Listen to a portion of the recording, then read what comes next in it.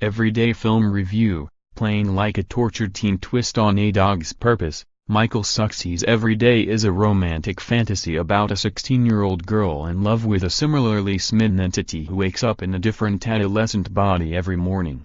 At its core is a well-intentioned message about inclusivity and valuing inner beauty, but the film, adapted from the 2012 bestseller by David Levithan, albeit with a problematic perspective shift, remains stuck in a stubborn rut somewhere between confusing and snooze-inducing.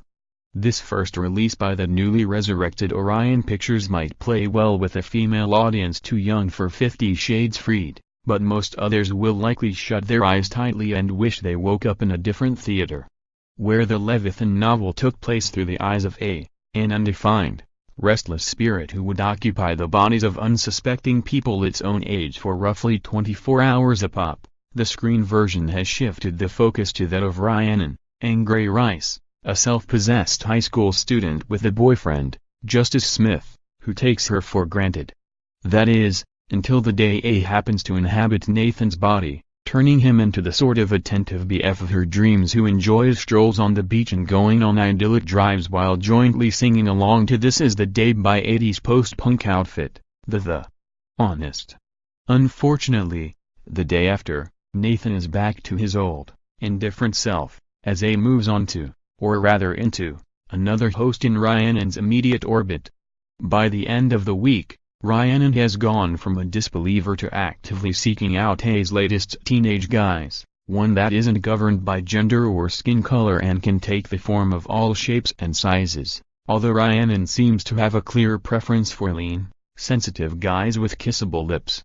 Director Sucsy, whose credits include HBO's Grey Gardens and Sony's The Vow, and screenwriter Jesse Andrews, who previously penned the film adaptation of his novel, Me and Erlyn the Dying Girl, obviously had audience identification in mind when opting to switch out their central protagonist.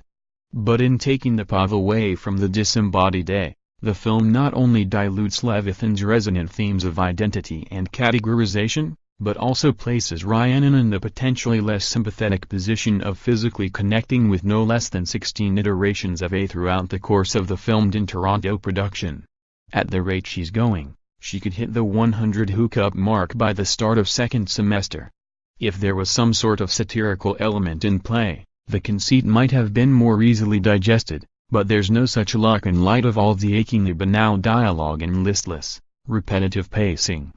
Australian actress Rice and her co-stars do the best they can under the excruciatingly earnest circumstances, which is at least more than a thoroughly squandered Maria Bello has been given to do as her constantly stressed-out mom, who looks like she could benefit from finding a shape-shifting spirit of her own.